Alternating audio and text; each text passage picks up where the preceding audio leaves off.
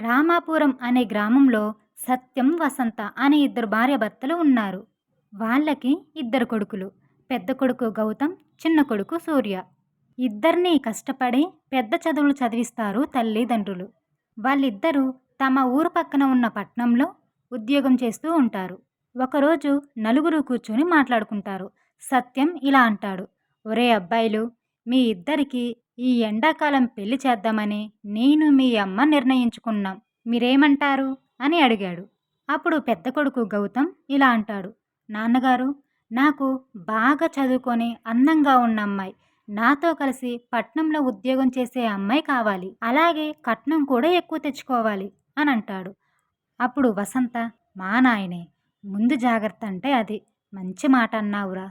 నా మనసులో ఏముందో అదే చెప్పావు అని అంటుంది.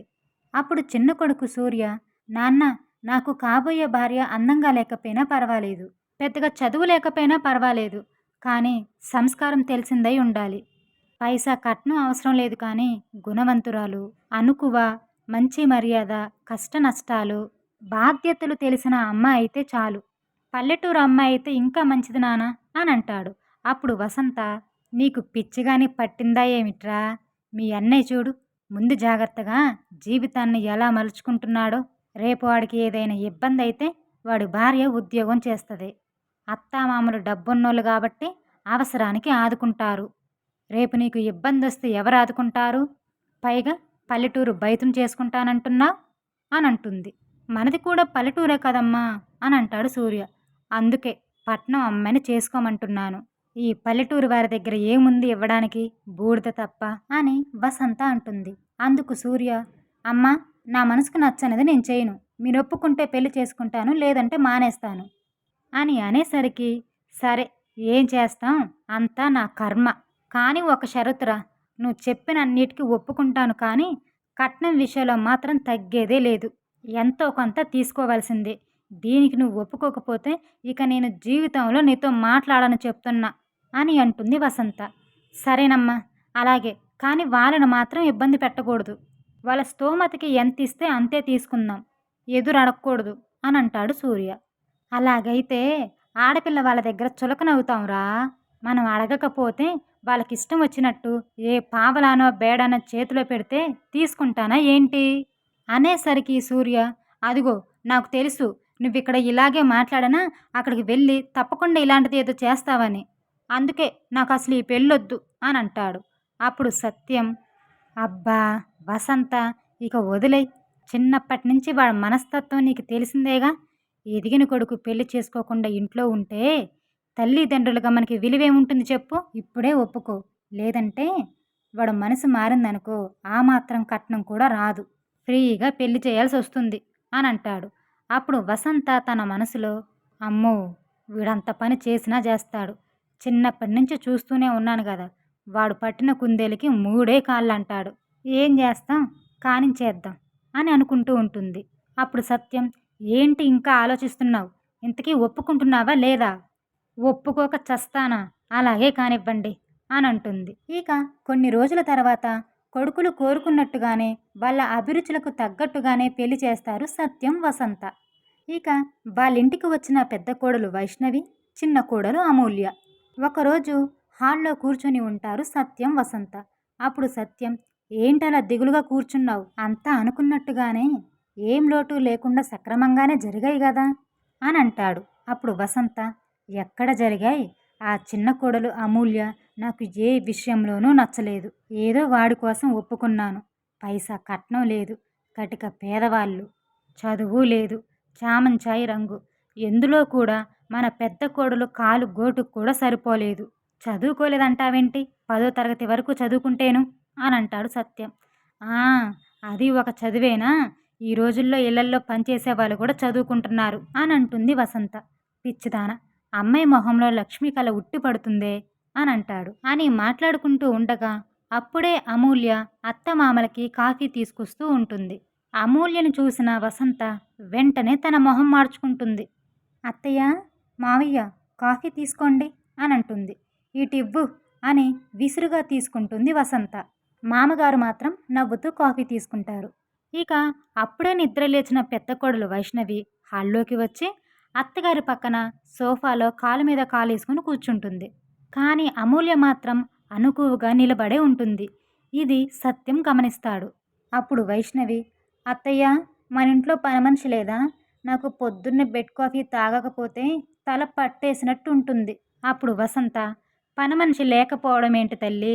ఎదురుగా దిష్టిబొమ్మలాగా కనిపించట్లేదు ఏంటి? ఇంకా నిలబడి చూస్తున్నావు? వెళ్ళి అమ్మాయికి కాఫీ తీసుకొనిరా అని అమూల్యతోటి అంటుంది వసంత. తన తోటి కోడల ముందు అత్తగారు తనతోటి అలా ప్రవర్తించటం అమూల్య మనసు బాధపడుతుంది. కానీ ఎదురు మాట్లాడకుండా మౌనంగా వెళ్ళి కాఫీ తీసుకొచ్చి వైష్ణవికి ఇస్తుంది. కాఫీ తాగిన వైష్ణవి, ఛీ, ఇదేం కాఫీ? చండాలంగా ఉంది. ఇంత దరిద్రమైన కాఫీని నా జీవితంలో ఇప్పటి వరకు తాగలేదు అని అంటుంది. అప్పుడు అమూల్య, సారీ అక్క, మీరు ఎలా తాగుతారో చెప్పండి, అలా చేసి తీసుకొస్తాను అని అంటుంది. ఈ ముక్క ముందు అడగాలి, ఇప్పుడు కాదు. ఆ మాత్రం తెలీదా? పొద్దున్నే నా మూడంతా డిస్టర్బ్ అయిపోయింది అని చిరాగ్గా అంటుంది వైష్ణవి. అప్పుడు వసంత, ఆ మాత్రం తెలియడానికి ఆమె ఏమైనా నీలాగా గొప్ప చదువులు చదివిందా? పల్లెటూరు నుంచి వచ్చింది. అప్పుడు సత్యం కలగజేసుకొని, నువ్వేం మాట్లాడుతున్నావో అర్థమవుతుందా వసంత? తను మన ఇంటి చిన్న కోడలు అని అంటాడు. అయితే ఎవరితో ఎలా మలుచుకోవాలో మీ చిన్న కోడలికి చెప్పండి అని అనుకుంటూ కోపంగా అక్కడి నుంచి వెళ్ళిపోతుంది వసంత. వైష్ణవి కూడా తన గదిలోకి వెళ్ళిపోతుంది. పాపం అమూల్య కూడా తల వంచుకొని వంట గదిలోకి వెళ్ళిపోతుంది. ఇక సత్యం ఏమీ చేయలేక చిన్న కోడల వైపు జాలిగా చూస్తూ ఉంటాడు. వైష్ణవి, గౌతమ్, సూర్య ముగ్గురు జాబ్ చేస్తూ ఉంటారు. పాపం అమూల్య ఒక్కతే విశ్రాంతి లేకుండా ఇంటి పనులు, వంట పనులు చేసుకుంటూ ఉంటుంది. ఇలా కొద్ది రోజులు గడుస్తాయి. ఒకరోజు రాత్రి అందరూ భోజనం చేస్తూ ఉంటారు. అమూల్య వడ్డిస్తూ ఉంటుంది. అప్పుడు సూర్య, అమూల్య, నువ్వు కూడా మాతో పాటు కూర్చొని తిను అని అంటాడు. నేను తర్వాత తింటాలేండి, పర్లేదు, మీరు తినండి అని చెప్పి అందరూ భోజనం చేసిన తర్వాత ప్లేట్స్ అన్నీ కడిగేసి అమూల్య డైనింగ్ టేబుల్ మీద కూర్చొని భోజనం చేస్తూ ఉంటుంది. అప్పుడే అక్కడికి వచ్చిన వసంత, కుక్కకు చనివిస్తే సింహాసనం ఎక్కి కూర్చుందట. అలా ఉంది నీ వరస. ఏ, మొన్నటి వరకు మీ ఇంట్లో ఏ డైనింగ్ టేబుల్ మీద కూర్చొని తిన్నావు? కింద కూర్చొని భోజనం చేయలేదా? ఇప్పుడు డైనింగ్ టేబుల్ మీద కూర్చుంటే గానీ ముద్ద దిగట్లేదా అని అంటుంది. ఆ మాటలకి అమూల్య మనసు చురుక్కుమంటుంది. క్షమించండి అత్తయ్య అని చెప్పి కింద కూర్చొని భోజనం చేస్తుంది. ఇలా రోజు అమూల్య పొద్దున్నే లేచి ఇంటి ముందు ముగ్గులు పెట్టడం, ఉదయాన్నే తలంటు స్నానం చేసి పూజ చేయడం, తరువాత ఇంటి పని, వంట పని చక్కగా అన్నీ పూర్తి చేస్తుంది. ఇలా ఇంటిని ఎప్పుడు కలకల్లాడుతూ ఉంచుతుంది. వైష్ణవి మాత్రం బారుడు పొద్దుపోయే వరకు లేవదు. లేవగానే బెడ్ కాఫీ కావాలి. తాను ఆ ఇంటి మహారాణిలా ప్రవర్తిస్తూ అమూల్యకి ఆర్డర్లు వేస్తూ ఉంటుంది. ఈ విషయాలన్నీ సూర్య గమనిస్తూ ఉంటాడు. ఒకరోజు అమూల్యతోటి, అమూల్య, మనం వేరే కాపురం పెడదాం అని అంటాడు. ఎందుకండి, ఇప్పుడు ఏమైంది అనంటే, ఇంట్లో అందరూ నిన్ను చులకనగా చూస్తున్నారు. అమ్మ కూడా నీపై రుసరుసలాడడం, చీదరించుకోవడం, వదిన కూడా నీపై పెత్తనం సాగించడం, ఇవన్నీ నువ్వు చెప్పకపోయినా నాకు అన్నీ తెలుసు అని అంటాడు. అప్పుడు అమూల్య, ఏవండి, మీరు నన్ను పెళ్లి చేసుకునే ముందు ఒక మాట అడిగారు, నీ వలన ఎప్పటికీ మా ఇంట్లో కలతలు రాకూడదు అని, వేరే కాపురం పెట్టకూడదు అని. కానీ ఇప్పుడు ఆ మాట మీరే అంటున్నారు. అలా చేస్తే ఆ రోజు మీకు ఇచ్చిన మాటకి విలువేముంటుంది అని అంటుంది. కానీ అమ్మ వాళ్ళు నీతో అలా ప్రవర్తించడం నాకు నచ్చట్లేదు అమూల్య. అత్తయ్య గారికి ఇష్టం లేకపోయినా నేను కోడలుగా వచ్చాను కనుక నాతో అలా ప్రవర్తిస్తున్నారు. పైగా మీ ఇష్ట ప్రకారం ఈ పెళ్లికి ఒప్పుకున్నారు. ఇప్పుడు మీ అమ్మగారి కోసం మనం ఆ మాత్రం భరించలేకపోతే ఎలా? కొద్ది రోజులు పోతే అన్నీ సర్దుకుంటాయి. అత్తయ్య గారు ప్రేమగా నన్ను అంగీకరిస్తారన్న నమ్మకం నాకుంది. అప్పటి వరకు మీరు కాస్త సహనంగా ఉండాలి. ఒక్క మాట, మా అమ్మ నాపై కోప్పడిందని, తిట్టిందని నేను మా అమ్మపై కోపం పెంచుకుంటానా? అలాగే అత్తయ్య గారు కూడా నాకు తల్లితో సమానం.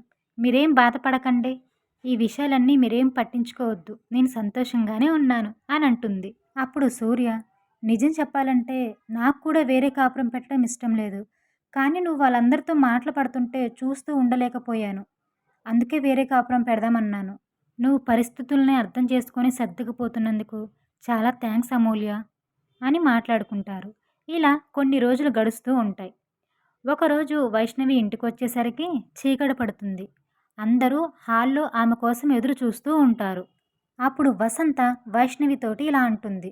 ఏంటమ్మాయి, ఇంత చీకటి పడే వరకు ఇంటికి రాకపోతే ఎలా? మనదసలే పల్లెటూరు. ఇరుగు పొరుగు చెవులు కొరుక్కుంటారు. అయినా నీ ఆఫీసు 5 గంటలకే అయిపోతుందిగా, ఇప్పటి వరకు ఏం చేస్తున్నావు?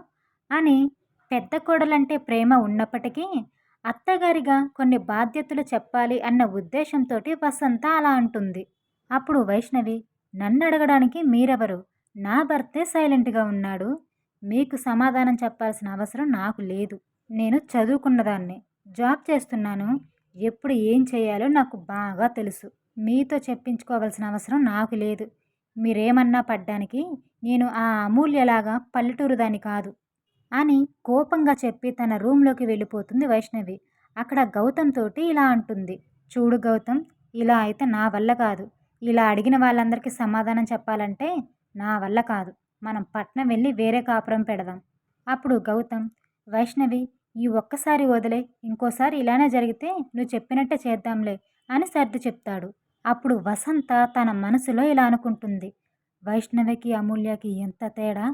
నేను వైష్ణవిని ఎప్పుడు ప్రేమగా చూసుకుంటాను. ఒక్క మాట కూడా అనలేదు. కానీ ఈరోజు నేను ఒక్క మాట అడిగినందుకే ఇలా మాట్లాడింది. కానీ అమూల్యని నేను ఎన్నిసార్లు బాధ పెట్టాను, అవమానపరిచాను.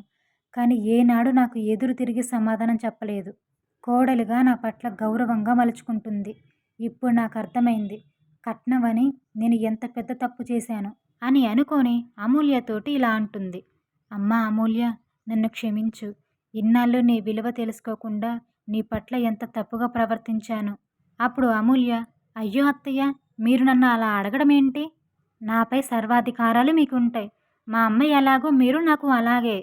ఆ మాటకి వసంతతో పాటు సత్యం, సూర్య ఎంతో సంతోషిస్తారు. ఇక ఆ రోజు నుంచి వసంత చిన్న కోడలు అమూల్యను కూడా ఎంతో ప్రేమగా చూసుకుంటూ ఉంటుంది. ఈ కథ ద్వారా మనం తెలుసుకోవాల్సింది ఒకటుంది.